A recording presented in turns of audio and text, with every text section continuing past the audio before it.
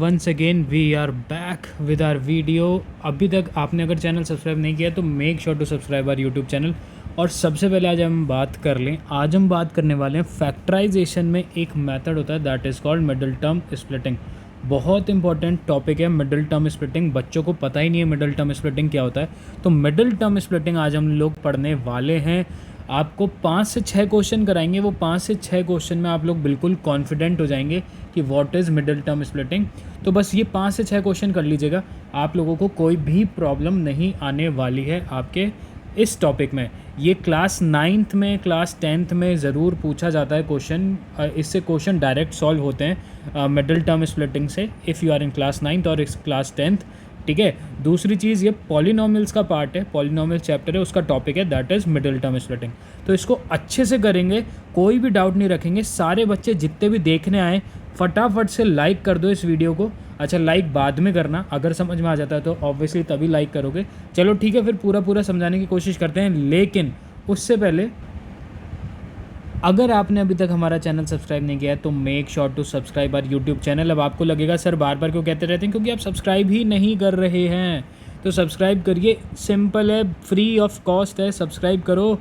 और बेल का नोटिफिकेशन है उसको ऑल पे क्लिक कर देना और कमेंट करो। सारे बच्चे कमेंट करेंगे, जितने भी बच्चे वीडियो देखेंगे सारे के सारे बच्चे कमेंट करेंगे और फीडबैक ज़रूर देंगे और लाइक करेंगे। लाइक आपको करना है करिए, नहीं करना मत करिए, लेकिन comment is very much important. तो कमेंट ज़रूर करिए ताकि हमें पता चल पाए कि आपको समझ में आ रहा है, ताकि हम और इंटरेस्टिंग वीडियोस आप लोगों के लिए बना पाएंगे।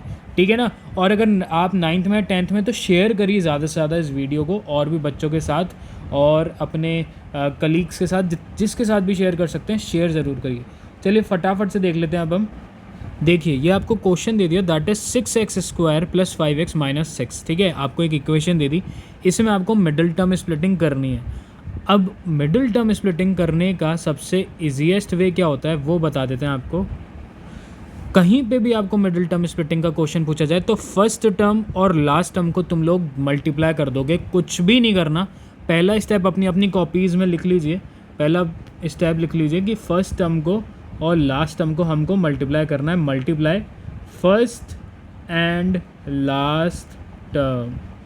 ठीक है, फर्स्ट और लास्ट टर्म को आप लोगों को मल्टीप्लाई करना है, तो कर दीजिए 6 6 × 36। तो 36 मैंने इधर लिख लिया। ध्यान से समझना बहुत ज़रूरी है। सेकंड स्टेप क्या हो गया, सेकंड स्टेप जो भी मल्टीप्लिकेशन इन दोनों का आया है, ध्यान से उसका आप प्राइम फैक्टराइजेशन निकाल देंगे। मल्टीप्लिकेशन का प्राइम फैक्टराइजेशन मेथड निकाल देंगे।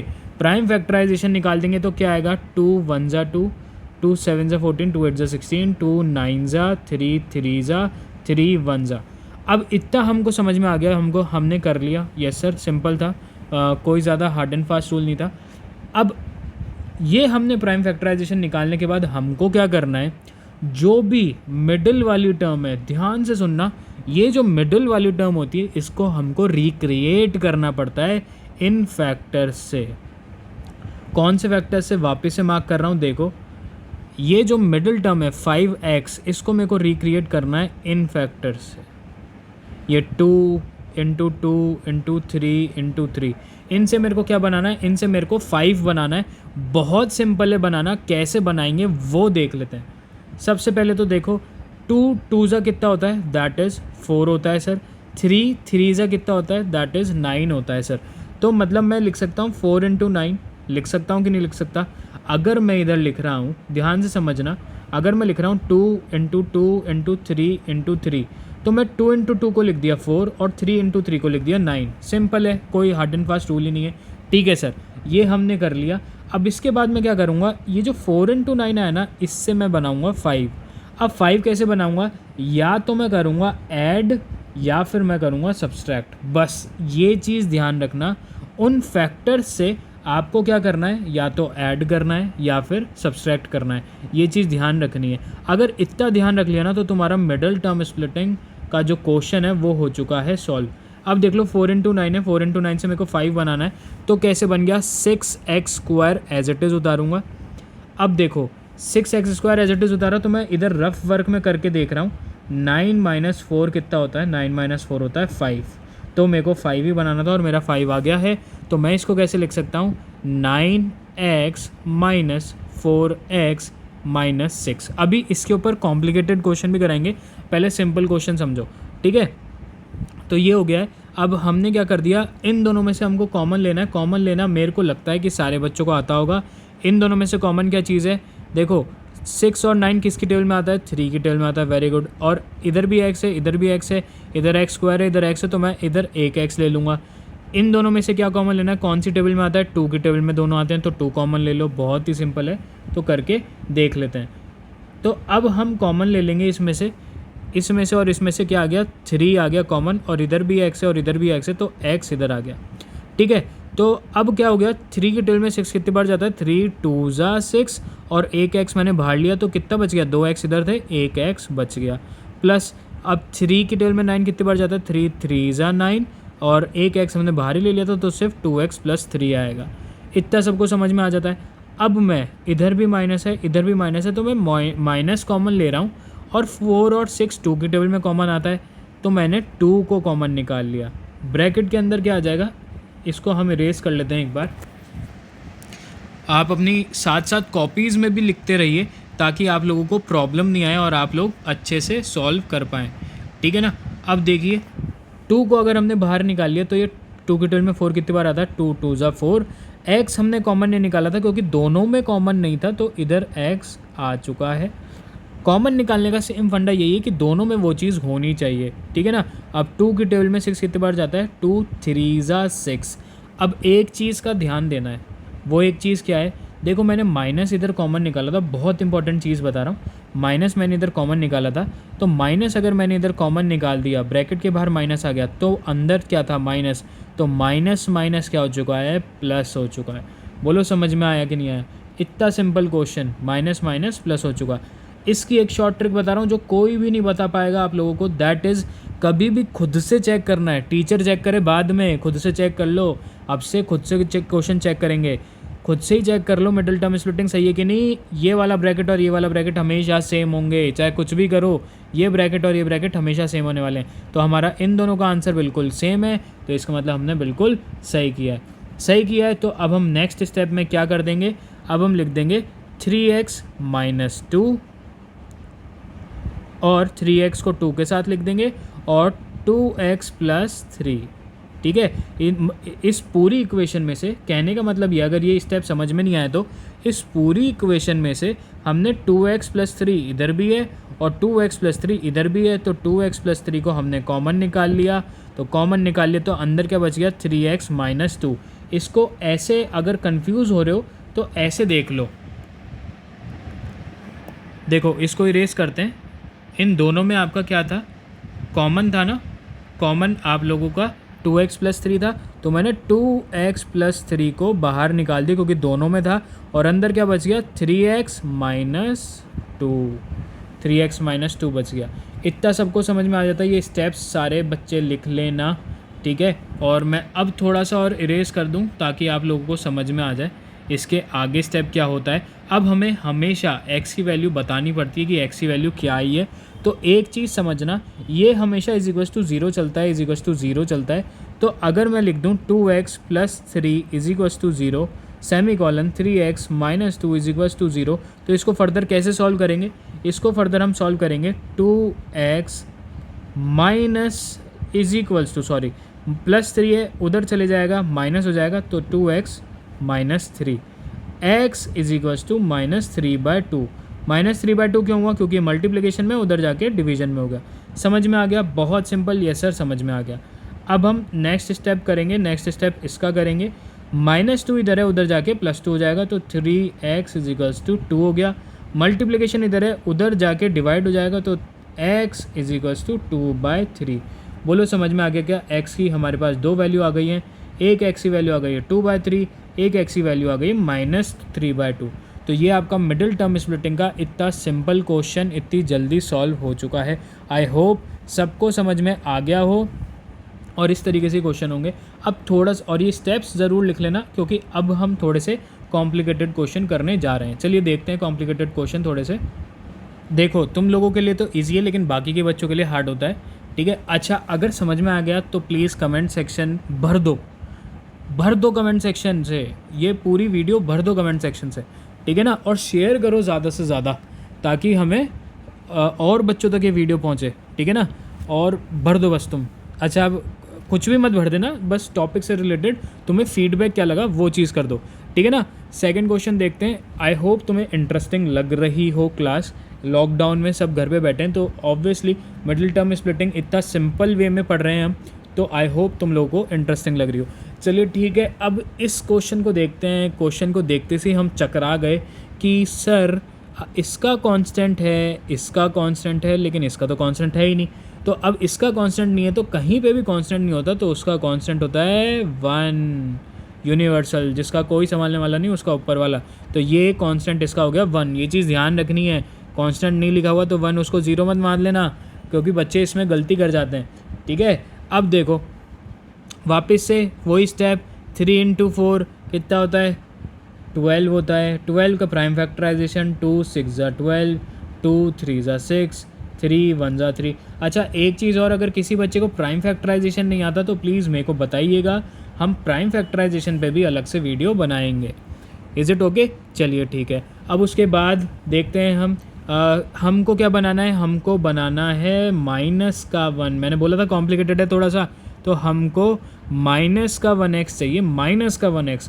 अब माइनस का 1x कैसे बनाएंगे वो चीज़ चेकआउट करनी है। माइनस का 1x सर बना लेंगे, क्या दिक्कत है। ये देखो 2 × 2 ये तो आ गया 4 और ये आ गया 3, तो 4 - 3 हो गया 1 सर, हो गया। अब आप बताओ, कोई गलती कर ही नहीं सकते हम। अरे भाई रुको ज़रा, सब्र करो। 4 - 3 तो होता है 1, लेकिन हमें क्या चाहिए, -1 चाहिए। तो हम क्या करेंगे, हम करेंगे 3 - 4। जो बड़ी डिजिट होगी ना, ध्यान से समझना, जो बड़ी डिजिट होगी वो होगी माइनस में और छोटी डिजिट होगी प्लस में, क्योंकि कभी भी हमने एडिशन और सब्सट्रैक्शन किया है तो बड़ी डिजिट का जो साइन होता है वो ही लग जाता है। तो माइनस और प्लस होता तो माइनस है, 4 - 3 दैट इज़ 1, ठीक है ना। और बड़ी डिजिट कौन सी है, माइनस की, तो इसका साइन लग गया -1। बोलो कॉन्सेप्ट समझ में आया? तो कॉन्सेप्ट समझ में आ गया तो लाइक कर दो, कमेंट कर दो, शेयर कर दो, ज़्यादा से ज़्यादा सारे ग्रुप्स में शेयर कर दो। वीडियो मिडिल टर्म स्प्लिटिंग आज क्लियर हो चुकी है। तो हमने क्या कर दिया, 3x² एज इट इज़ लिख दिया। उसके बाद हमने क्या लिख दिया, उसके बाद हमने लिख दिया +3 - 4। +3 - 4 लिख देंगे तो कैसे लिखेंगे, +3x - 4x और -4 एज इट इज़। पहली टर्म और last term as it is लिखते हैं, इसको हम एक्सपेंड करके ये लिख देते हैं, ठीक है। अब हमने वापस से वही चीज़, सर कॉमन लेना है, कॉमन लेने में दिक्कत आती है, डर लगता है, तो कोई दिक्कत नहीं है। देखो चेक करो, इसमें भी x है, इसमें भी x है, तो x आ गया कॉमन। इसमें भी 3 है, इसमें भी 3 है, तो 3 आ गया कॉमन। इसमें भी 4 है, इसमें भी 4 है, 4 आ गया कॉमन। इसमें भी माइनस है, इसमें भी माइनस है, माइनस आ गया कॉमन। बोलो हो गई सॉल्यूशन क्लियर? ठीक है, लिख दो 3x कॉमन आ गया, अंदर आ गया x, क्योंकि 3x अंदर आ गया तो सिर्फ एक x बचा, इधर आ गया, और 3x तो पूरा पूरा बाहर आ गया, तो +1 हो गया। माइनस का 4 बाहर आ गया, और माइनस का 4 अगर बाहर आ गया तो इधर 4 तो बाहर है ही, माइनस बाहर है ही, तो इधर कितना आ गया, x आ गया, और माइनस माइनस माइनस माइनस हो गया है प्लस, और 4 आपका बाहर ही था तो +1। अब मेरे को किसी भी टीचर की ज़रूरत ही नहीं है कि मैंने गलत किया या सही किया है, खुद ही चेक कर लो कि गलत किया है सही किया है। x + 1 बिल्कुल करेक्ट क्वेश्चन है, चेक कराने की ज़रूरत ही नहीं है। तो 3x - 4 और x + 1। आई होप सबको समझ में आया हो, नहीं आया तो प्लीज़ कमेंट सेक्शन में ज़रूर बताना। आपके कमेंट्स का हमें बेसब्री से इंतज़ार रहता है। Is it okay? ठीक है ना, तो ज़रूर बताइएगा। कमेंट सेक्शन इसलिए बोलता हूँ मैं, कमेंट करना बहुत ज़्यादा ज़रूरी है तुम लोगों के लिए, और कमेंट करके ज़रूर बताना। 3x - 4 -4 उधर चले जाएगा, क्या हो जाएगा, +4 हो जाएगा। 3x = +4, x = 4/3। मल्टीप्लाई में था, उधर जाके डिवाइड में हो गया, 4/3। x = +1 है, उधर जाके -1 हो गया, ख़त्म हो गया। x की वैल्यू -1, x की वैल्यू 4/3। तो ये क्वेश्चन हो चुका है सॉल्व। बोलो समझ में आया कि नहीं आया? इतनी सिंपली हमने एक और क्वेश्चन सॉल्व कर लिया। और बताओ, और कोई दिक्कत किसी को आनी नहीं चाहिए, ठीक है। तो तो ये जो मिडिल टर्म का फंडा था, आज आप लोग क्या करेंगे, अपनी पॉलिनोमियल्स की जो एक्सरसाइज है उसका क्वेश्चन नंबर 4, आपकी एक्सरसाइज का क्वेश्चन नंबर 4 इससे ही सॉल्व हो रहा है 2.4 एक्सरसाइज का। उसके हमने 2 क्वेश्चन करा दिए, अब आपको सारे क्वेश्चन बाकी खुद से आप लोग कर लेंगे और आपको करने भी आने चाहिए, ठीक है ना। बस इसी के साथ ये है, एक क्वेश्चन और बता जाते हैं आपको, अगर आप लोगों के पास थोड़ा सा टाइम है तो थोड़ा सा कॉम्प्लिकेटेड चीज़ को और सिंपल बना देते हैं, क्योंकि हमारा काम क्या है, डर निकालना है, तो वो डर निकाल देते हैं और भी ज़्यादा। हाँ, तो ये वाला जो क्वेश्चन है इसमें ज़्यादातर बच्चों को प्रॉब्लम आती है, और इसमें प्रॉब्लम कैसे आती है वो मैं आप लोगों को बता देता हूँ। इसमें जनरली बच्चों को प्रॉब्लम ये आ रही है कि सर हमने 3 2 6 कर दिया। जैसे भी हम नॉर्मल मल्टीप्लाई करते हैं तो 3 2 तो 6 हो गया, तो 3 2 हो गया 2, 3 6, 3 1 3। तो सर अब हमें 5 बनाना है, तो सॉरी हमें 7 बनाना है, तो हम 7 कैसे बनाएंगे। बेसिकली बच्चों को इसी में प्रॉब्लम आती है कि सर हमें 7 बनाना है, और इधर तो अगर हम 2 + 3 कर देंगे तो 5 ही होगा, तो हम 7 कैसे बनाएंगे। तो अभी 7 कैसे बनाएंगे वो हम देखते हैं कैसे बनाएंगे। सबसे पहले हम क्या करेंगे, same as it is 2x² इधर लिख देंगे, +3 इधर लिख देंगे, और 3 2 6 लिख देंगे, और 6 का प्राइम फैक्टराइजेशन 2 3 6, 3 1 3, तो 3 2 6 हो गया। 5 नहीं था वो 6 था, है ना, वो एक चीज़ मिस्टेक हो गई, वो 5 नहीं था वो 6 था। तो अब 6 इधर दे रखा है आप लोगों को, और 6 से आपको 7 बनाना है। तो आप लोग बोलेंगे कि सर इसमें अब 7 कैसे बनेगा, 7 तो इसमें बन ही नहीं सकता है, क्योंकि इधर 2 था इधर 3 था, तो 3 2 6 होता है, हमने 6 बना लिया। अब 7 कैसे बनाएंगे। तो देखो ये बहुत सिंपल कॉन्सेप्ट होता है जो कि समझना पड़ेगा। उसको हम क्या कर देते हैं, सिंपल +6x + 1x, सिंपल, और कुछ भी नहीं करना। अगर आपको कोई टर्म दे ही नहीं रखी और सिर्फ एक का डिफरेंस है तो हम ये कर देते हैं +6x + 1x। और मान लीजिए अगर इधर 7 की जगह 5 बनाना होता तो हम क्या कर देते, +6x - 1x, ये कर देते, ठीक है ना। ये चीज़ समझना बहुत ज़्यादा ज़रूरी है। तो हम इसको दोनों तरीके से लिख सकते हैं, +6x + 1x भी लिख सकते हैं, और 2x² + 1x + 6x + 3 से भी लिख सकते हैं, कैसे भी लिख सकते हैं, ठीक है ना। तो अब इसको लिख दो आप लोग, कैसे लिखेंगे, हम इसको सॉल्व कर लेते हैं सेकंड इक्वेशन को, चाहे फर्स्ट इक्वेशन को सॉल्व कर लो, किसी भी इक्वेशन को सॉल्व कर सकते हो, ठीक है ना। हम सेकंड इक्वेशन को सॉल्व करते हैं। तो अब सेकंड इक्वेशन को सॉल्व करने का आंसर क्या आता है, देखो इधर 2 है इधर 1 है, कॉमन कुछ नहीं आ सकता, इधर x है इधर x है, तो x कॉमन आ सकता है, दैट इज़ x कॉमन आ गया, और अंदर एज इट इज़ 2x, क्योंकि 2x इधर थे 1x इधर आ गया, तो 2 में से 1 गया, 1x अंदर बच गया, प्लस और 1x बाहर आ गया, और इधर 1, तो 2x + 1। अब अगर हमें क्वेश्चन हमारा सही करना है ना, तो हमारा 2x + 1 भी इधर ही आना चाहिए, नहीं तो हमारा क्वेश्चन सही है, नहीं तो गलत हो जाएगा। +6 और 3 किसकी टेबल में आता है, ऑब्वियसली 3 की टेबल में आता है, ठीक है। अब 3 की टेबल में तो आता है, तो 3 की टेबल में 6 कितनी बार आता है, 3 2 6, और x इधर एज इट इज़, +3 इधर 3, तो 1 आ गया, समझ में आ गया, सिंपल है। 2x + 1 2x + 1 कॉमन निकाल लिया मैंने, ठीक है, x + 3 एज इट इज़, ठीक है। तो अब क्या हो गया, = 0, मैं खुद ही लिख देता हूँ, और क्या हो गया, 2x + 1 = 0, और x + 3 = 0, तो 2x = -1 + 1 उधर चले जाएगा, -1 हो जाएगा, x = -1/2 मल्टीप्लिकेशन है, उधर जाके डिवाइड हो जाएगा, और x = -3 उधर चले जाएगा, तो x की वैल्यू -3 और x की वैल्यू -1/2। बोलो समझ में आ गया। आई होप सबको समझ में आ गए होंगे। 3 क्वेश्चन से हम लोगों ने मिडिल टर्म स्प्लिटिंग कंप्लीट करा दी है। आप लोगों का आज एक होमवर्क दे रहे हैं, काम दे रहे हैं, अगर इस वीडियो पे 20 कमेंट्स आ जाते हैं, 20 कमेंट्स आ गए ना, तो मैं लॉन्ग डिवीजन मेथड बहुत ही सिंपलेस्ट वे में बताऊंगा। पॉलिनोमियल्स का लॉन्ग डिवीजन मेथड बहुत इंपॉर्टेंट है, 0.3 फैक्टराइजेशन में बहुत इंपॉर्टेंट टॉपिक है। 20 कमेंट अगर आ जाते हैं ना, मेरे को पता है 20 कमेंट तो आराम से कर दोगे तुम लोग, 20 कमेंट आते से ही वो वीडियो रिलीज़ हो जाएगी आपकी लॉन्ग डिवीजन मेथड की।